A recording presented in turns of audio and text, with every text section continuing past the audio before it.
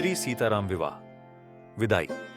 सुंदर मंगल का साज सजकर रणिवास की स्त्रियां और सखियाओं आदर सहित सीता जी को लेवा चली। सभी सुंदरियां 16 श्रृंगार किए हुए मतवाले हाथियों की चाल से चलने वाली हैं। उनके मनोहर गान को सुनकर मुनि ध्यान छोड़ देते हैं और कामदेव की कोयलें भी लजा जाती हैं। पायजेब, पैंजनी और सुंदर कंकण ताल की गति पर बड़े सुंदर बज रहे हैं। सहज ही सुंदरी सीता जी स्त्रियों के समूह में इस प्रकार शोभा पा रही हैं, मानो छवि रूपी ललनाओं के समूह के बीच साक्षात परम मनोहर शोभा रूपी स्त्री सुशोभित हो। सीता जी की सुंदरता का वर्णन नहीं हो सकता, क्योंकि बुद्धि बहुत छोटी है और मनोहरता बहुत बड़ी है। रूप की राशि और सब प्रकार से पवित्र सीता जी को बारातियों ने आते देखा। सभी ने उन्हें मन ही मन प्रणाम किया। श्री रामचंद्र जी को देखकर तो सभी पूर्ण काम कृतकृत्य हो गए। राजा दशरथ जी पुत्रों सहित हर्षित हुए। उनके हृदय में जितना आनंद था वह कहा नहीं जा सकता। देवता प्रणाम करके फूल बरसा रहे हैं। मंगलों की मूल मुनियों के आशीर्वादों की ध्वनि हो रही है। गानों और नगाड़ों के शब्द से बड़ा शोर मच रहा है। सभी नर नारी प्रेम और आनंद में मग्न हैं। इस प्रकार सीता जी मंडप में आई। मुनिराज बहुत ही आनंदित होकर शांति पाठ पढ़ रहे हैं। उस अवसर की सब रीति व्यवहार और कुलाचार दोनों कुलगुरुओं ने किए। कुलाचार करके गुरुजी प्रसन्न होकर गौरी जी, गणेश जी और ब्राह्मणों की पूजा करा रहे हैं, अथवा ब्राह्मणों के द्वारा गौरी और गणेश की पूजा करवा रहे हैं। देवता प्रकट होकर पूजा ग्रहण करते हैं, आशीर्वाद देते हैं और अत्यंत सुख पा रहे हैं। मधुपर्क आदि जिस किसी भी मांगलिक पदार्थ की मुनि जिस समय भी मन में चाह मात्र करते हैं, सेवक गण उसी समय सोने की परातों में और कलशों में भरकर उन पदार्थों को लिए तैयार रहते हैं। स्वयं सूर्यदेव प्रेम सहित अपने कुल की सब रीतियां बता देते हैं और वे सब आदर पूर्वक की जा रही हैं। इस प्रकार देवताओं की पूजा करा के मुनियों ने सीता जी को सुंदर सिंहासन दिया। श्री सीता जी और श्री राम जी का आपस में एक दूसरे को देखना तथा उनका परस्पर का प्रेम किसी को लख नहीं पड़ रहा है। जो बात श्रेष्ठ मन, बुद्धि और वाणी से भी परे है, उसे कवि क्यों कर प्रकट करे। हवन के समय अग्निदेव शरीर धारण करके बड़े ही सुख से आहुति ग्रहण करते हैं और सारे वेद ब्राह्मण वेश धरकर विवाह की विधियां बताए देते हैं। जनक जी की जगह विख्यात पटरानी और सीता जी की माता का बखान तो हो ही कैसे सकता है। सुयश, सुकृत, पुण्य, सुख और सुंदरता सबको बटोरकर विधाता ने उन्हें संवार कर तैयार किया है। समय जानकर श्रेष्ठ मुनियों ने उनको बुलवाया। यह सुनते ही सुहागिनी स्त्रियां उन्हें आदर पूर्वक ले आईं। सुनैना जी जनक जी की पटरानी। जनक जी की बाईं ओर ऐसी सोह रही है मानो हिमाचल के साथ मैना जी शोभित हो। पवित्र, सुगंधित और मंगल जल से भरे सोने के कलश और मणियों की सुंदर परातें राजा और रानी ने आनंदित होकर अपने हाथों से लाकर श्री रामचंद्र जी के आगे रखी। मुनि मंगलवाणी से वेद पढ़ रहे हैं। सुअवसर जानकर आकाश से फूलों की झड़ी लग गई है। दूल्हा को देखकर राजा रानी प्रेम मग्न हो गए और उनके पवित्र चरणों को पखारने लगे। वे श्री राम जी के चरण कमलों को पखारने लगे। प्रेम से उनके शरीर में पुलकावली छा रही है। आकाश और नगर में होने वाली गान, नगाड़े और जय जयकार की ध्वनि मानो चारों दिशाओं में उमड़ चली।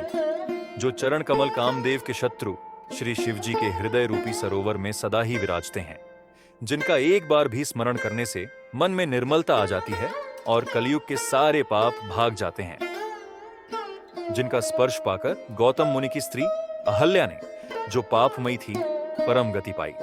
जिन चरण कमलों का मकरंद रस गंगा जी शिव जी के मस्तक पर विराजमान है, जिसको देवता पवित्रता की सीमा बताते हैं, मुनि और योगी जन अपने मन को भौंरा बनाकर जिन चरण कमलों का सेवन करके मनोवांछित गति प्राप्त करते हैं, उन्हीं चरणों को भाग्य के पात्र बड़भागी जनक जी धो रहे हैं। यह देखकर सब जय जयकार कर रहे हैं। दोनों कुलों के गुरुवर और कन्या की हथेलियों को मिलाकर शाखोत्सार करने लगे। पाणी ग्रहण हुआ देखकर ब्रह्मादि देवता, मनुष्य और मुनि आनंद में भर गए।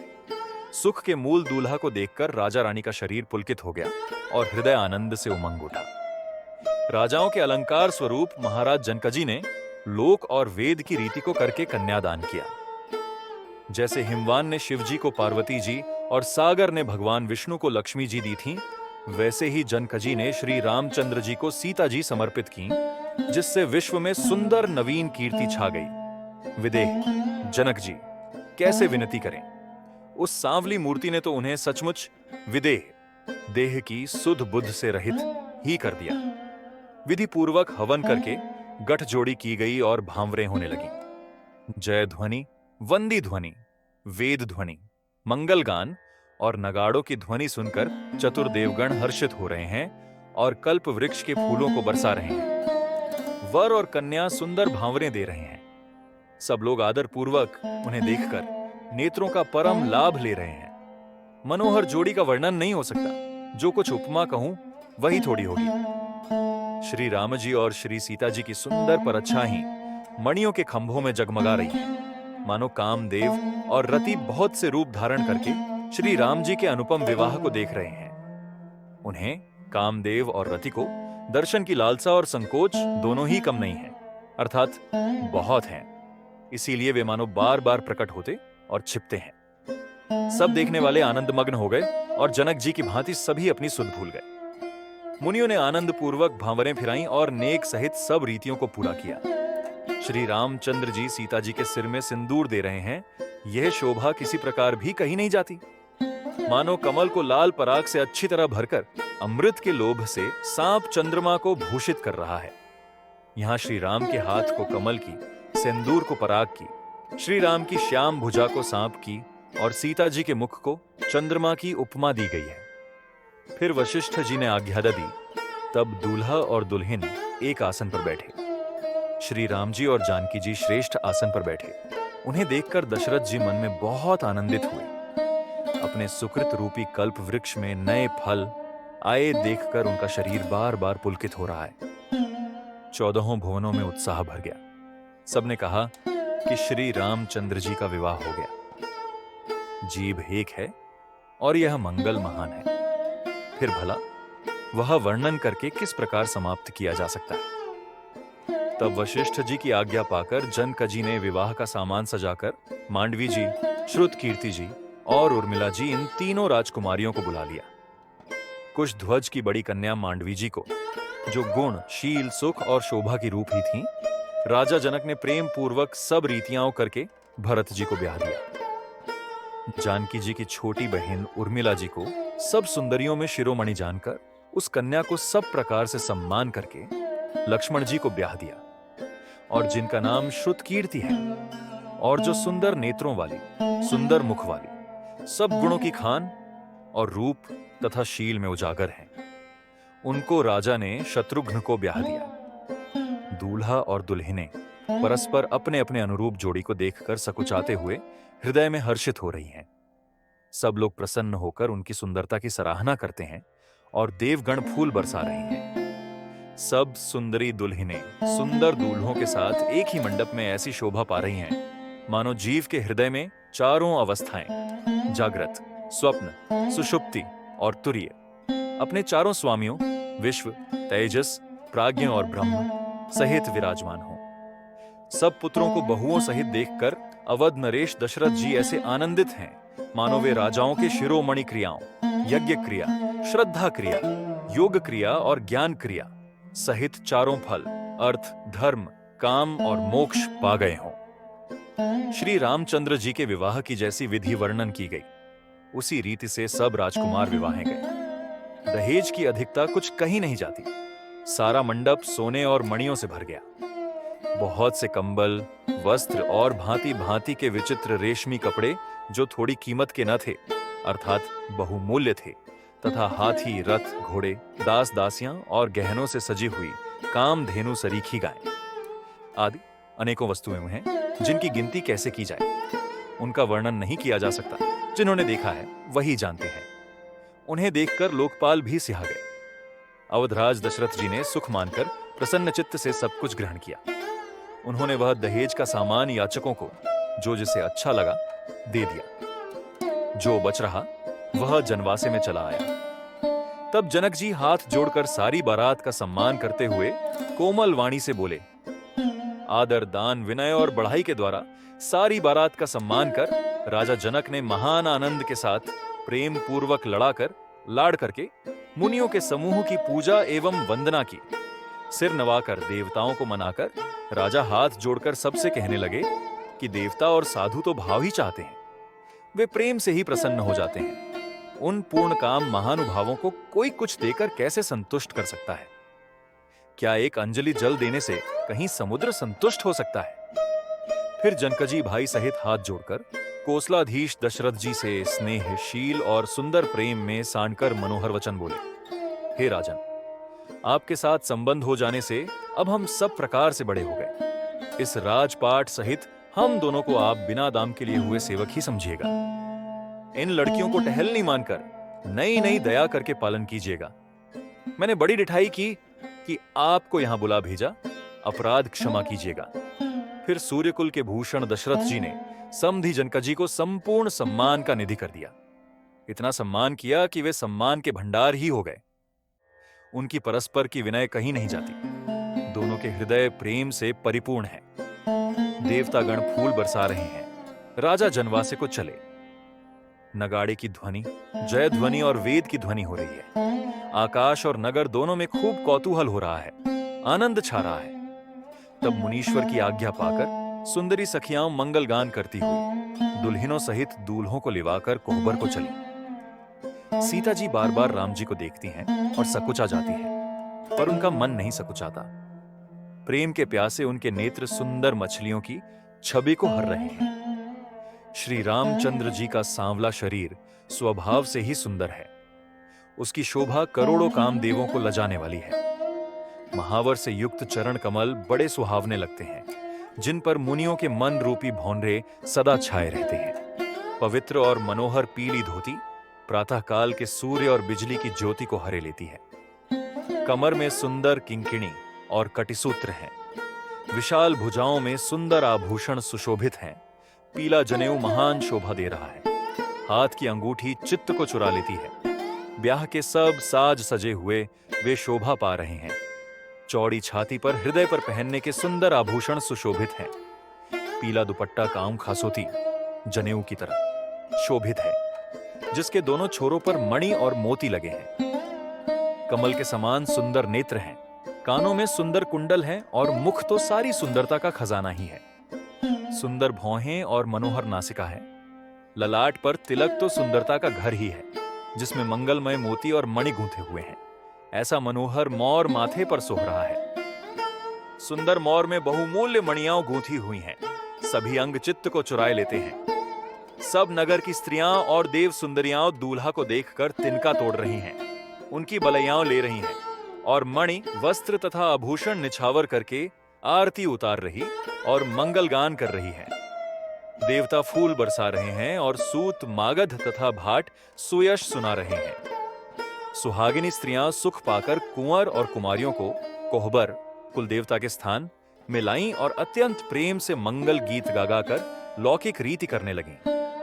पार्वती जी श्री रामचंद्र जी को लहकौर वर वधू का परस्पर ग्रास देना सिखाती है और सरस्वती जी सीता जी को सिखाती हैं। रणिवास हास विलास के आनंद में मग्न है। श्री राम जी और सीता जी को देख देखकर सभी जन्म का परम फल प्राप्त कर रही हैं। अपने हाथ की मणियों में सुंदर रूप के भंडार श्री रामचंद्र जी की परछाई दिख रही है। यह देखकर जानकी जी दर्शन में वियोग होने के भय से बाहु रूपी लता को और दृष्टि को हिलाती डुलाती नहीं है। उस समय के हंसी खेल और विनोद का आनंद और प्रेम कहां नहीं जा सकता, उसे सखियां ही जानती हैं। तदनंतर वर कन्याओं को सब सुंदर सखियां जनवासे को लिवा चली। उस समय नगर और आकाश में जहां सुनिए वहीं आशीर्वाद की ध्वनि सुनाई दे रही है और महान आनंद छाया है। सभी ने प्रसन्न मन से कहा कि सुंदर चारों जोड़ियां चिरंजीवी हों। योगीराज, सिद्ध, मुनीश्वर और देवताओं ने प्रभु श्री रामचंद्र जी को देखकर दुंदुभी बजाई और हर्षित होकर फूलों की वर्षा करते हुए तथा जय हो जय हो जय हो कहते हुए वे अपने अपने लोक को चले। तब सब चारों कुमार बहुओं सहित पिताजी के पास आए। ऐसा मालूम होता था मानो शोभा, मंगल और आनंद से भरकर जनवासा उमड़ पड़ा हो। फिर बहुत प्रकार की रसोई बनी। जनक जी ने बारातियों को बुला भेजा। राजा दशरथ जी ने पुत्रों सहित गमन किया। अनुपम वस्त्रों के पांवड़े पड़ते जाते हैं। आदर के साथ सबके चरण धोए और सबको यथा योग्य पीढ़ों पर बैठाया। तब जनक जी ने अवधपति दशरथ जी के चरण धोए। उनका शील और स्नेह वर्णन नहीं किया जा सकता। फिर श्री रामचंद्र जी के चरण कमलों को धोया, जो श्री शिव जी के हृदय कमल में छिपे रहते हैं। तीनों भाइयों को श्री रामचंद्र जी के समान जानकर जनक जी ने उनके भी चरण अपने हाथों से धोए। राजा जनक जी ने सभी को उचित आसन दिए और सब परसने वालों को बुला लिया। आदर के साथ पत्तलें पड़ने लगीं, जो मणियों के पत्तों से सोने की कील लगाकर बनाई गई थीं। चतुर और विनीत रसोइये सुंदर, स्वादिष्ट और पवित्र दाल भात और गाय का सुगंधित घी क्षण भर में सबके सामने परस गए। सब लोग पंचकौर करके अर्थात प्राणाय स्वाहा, अपानाय स्वाहा, व्यानाय स्वाहा, उदानाय स्वाहा और समानाय स्वाहा इन मंत्रों का उच्चारण करते हुए पहले 5 ग्रास लेकर भोजन करने लगे। गाली का गाना सुनकर वे अत्यंत प्रेम मग्न हो गए। अनेकों तरह के अमृत के समान स्वादिष्ट पकवान परसे गए, जिनका बखान नहीं हो सकता। चतुर रसोइये नाना प्रकार के व्यंजन परसने लगे। उनका नाम कौन जानता है? 4 प्रकार के: चर्व्य, चोष्य, लेह्य, पेय अर्थात चबाकर, चूसकर, चाटकर और पीना खाने योग्य। भोजन की विधि कही गई है। उनमें से एक एक विधि के इतने पदार्थ बने थे कि जिनका वर्ण नहीं किया जा सकता। छाहों रसों के बहुत तरह के सुंदर स्वादिष्ट व्यंजन हैं। एक एक रस के अनगिनत प्रकार के बने हैं। भोजन के समय पुरुष और स्त्रियों के नाम ले लेकर स्त्रियां मधुर ध्वनि से गाली दे रही हैं, गाली गा रही है। समय की सुहावनी गाली शोभित हो रही है।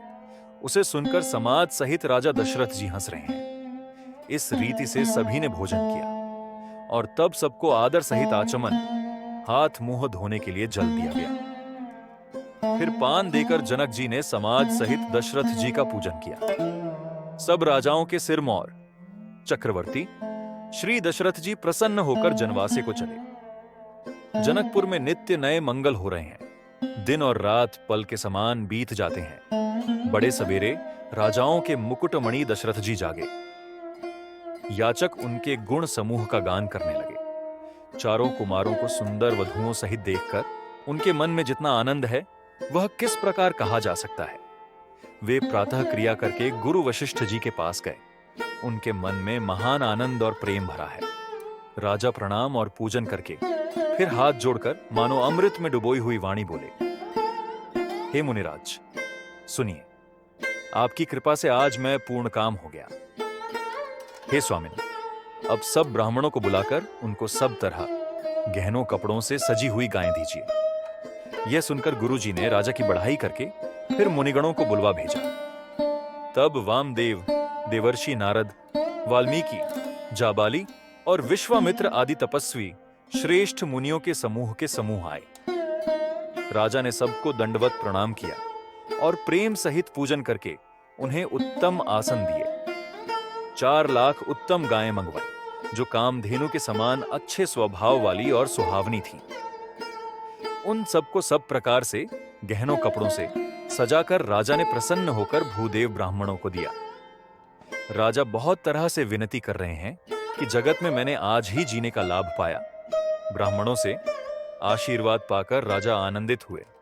फिर याचकों के समूहों को बुलवा लिया और सबको उनकी रुचि पूछकर सोना, वस्त्र, मणि, घोड़ा, हाथी और रथ, जिसने जो चाहा सो सूर्यकुल को आनंदित करने वाले दशरथ जी ने दिए। वे सब गुणानुवाद गाते और सूर्यकुल के स्वामी की जय हो, जय हो, जय हो कहते हुए चले। इस प्रकार श्री रामचंद्र जी के विवाह का उत्सव हुआ। जिन्हें सहस्र मुख हैं, वे शेष जी भी उसका वर्णन नहीं कर सकते। बार बार विश्वामित्र जी के चरणों में सिर नवाकर राजा कहते हैं, हे मुनिराज, यह सब सुख आपके ही कृपा कटाक्ष का प्रसाद है। राजा दशरथ जी जनक जी के स्नेह, शील, करनी और ऐश्वर्य की सब प्रकार से सराहना करते हैं। प्रतिदिन सबेरे उठकर अयोध्या नरेश विदा मांगते हैं, पर जनक जी उन्हें प्रेम से रख लेते हैं। आदर नित्य नया बढ़ता जाता है। प्रतिदिन हजारों प्रकार से मेहमानी होती है। नगर में नित्य नया आनंद और उत्साह रहता है। दशरथ जी का जाना किसी को नहीं सुहाता। इस प्रकार बहुत दिन बीत गए। मानो बाराती स्नेह की रस्सी से बंध गए हैं। तब विश्वामित्र जी और शतानंद जी ने जाकर राजा जनक को समझाकर कहा, यद्यपि आप स्नेह वश उन्हें नहीं छोड़ सकते, तो भी आप दशरथ जी को आज्ञा दीजिए। हे नाथ, बहुत अच्छा, कहकर जनक जी ने मंत्रियों को बुलवाया। वे आए और जय जीव कहकर उन्होंने मस्तक नवाया। जनक जी ने कहा, अयोध्या नाथ चलना चाहते हैं, भीतर रणिवास में खबर कर दो। यह सुनकर मंत्री, ब्राह्मण, सभासद और राजा जनक भी प्रेम के वश हो गए। जनकपुर वासियों ने सुना कि बारात जाएगी, तब वे व्याकुल होकर एक दूसरे से बात पूछने लगे। जाना सत्य है, यह सुनकर सब ऐसे उदास हो गए मानो संध्या के समय कमल सकुचा गए हों। आते समय जहां जहां बाराती ठहरे थे, वहां वहां बहुत प्रकार का सीधा रसोई का सामान भेजा गया। अनेकों प्रकार के मेवे, पकवान और भोजन की सामग्री जो बखानी नहीं जा सकती, अनगिनत बैलों और कहारों पर भर भर कर लाद लाद कर भेजी गई। साथ ही जनक जी ने अनेकों सुंदर शैय्याएं, पलंग भेजी। 1,00,000 घोड़े और 25,000 रथ, सब नख से शिखा तक, ऊपर से नीचे तक सजाए हुए। 10,000 सजे हुए मतवाले हाथी, जिन्हें देखकर दिशाओं के हाथी भी लजा जाते।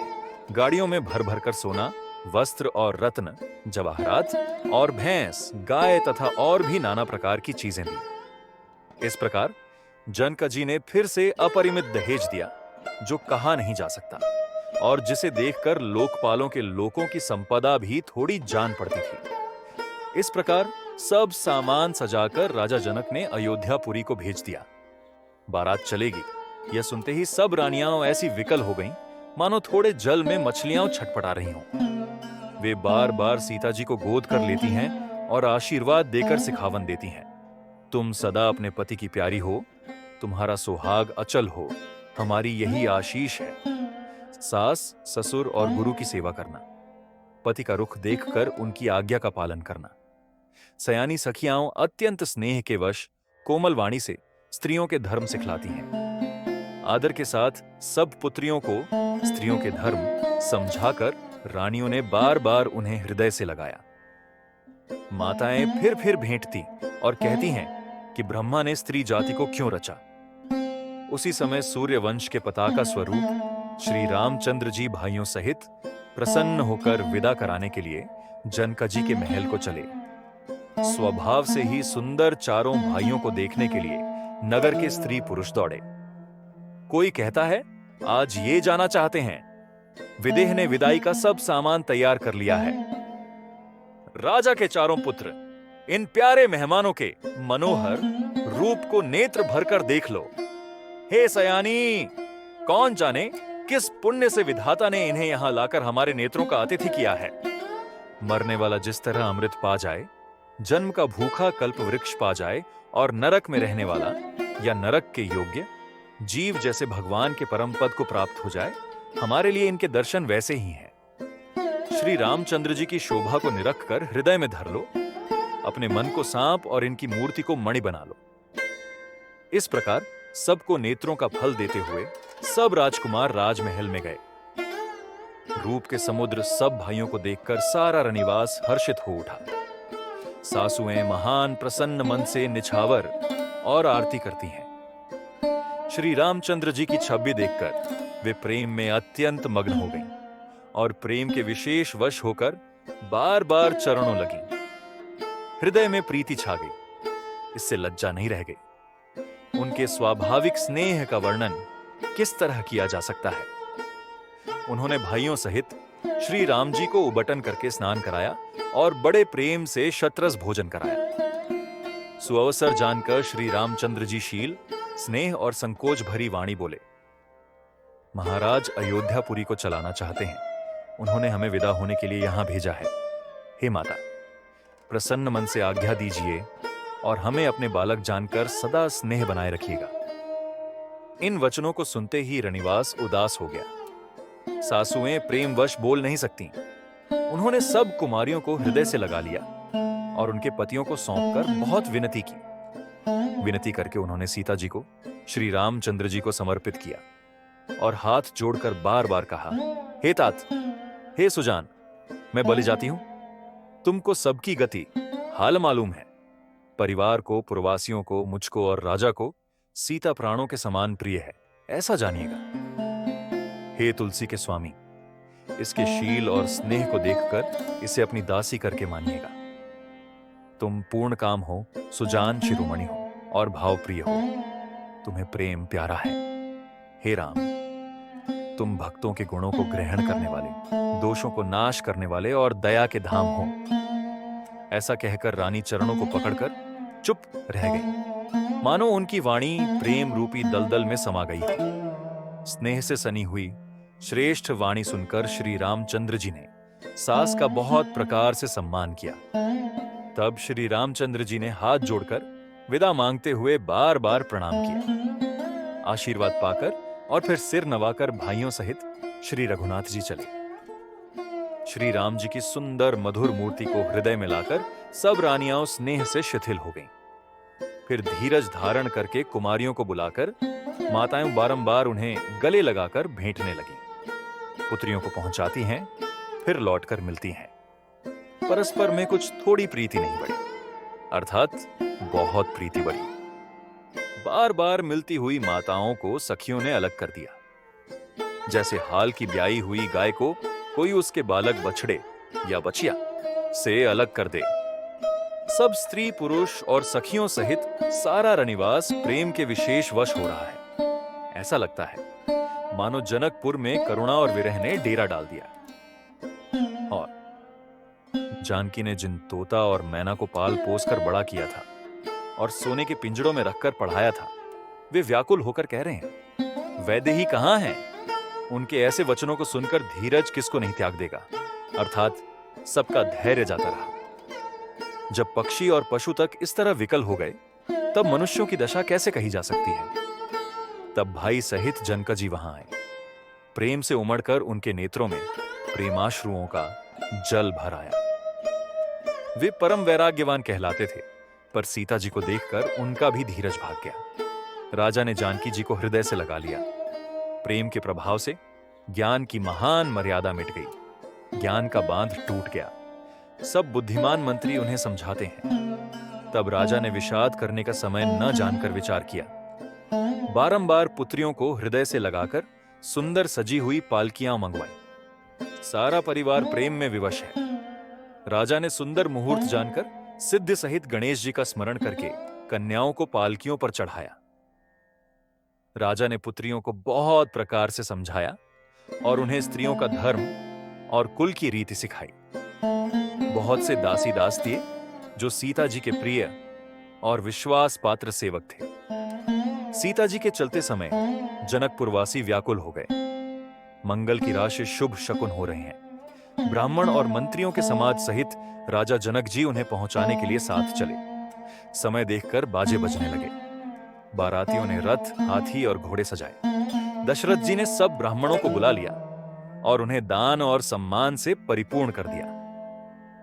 उनके चरण कमलों की धूलि सिर पर धरकर और आशीष पाकर राजा आनंदित हुए और गणेश जी का स्मरण करके उन्होंने प्रस्थान किया। मंगलों के मूल अनेकों शकुन हुए।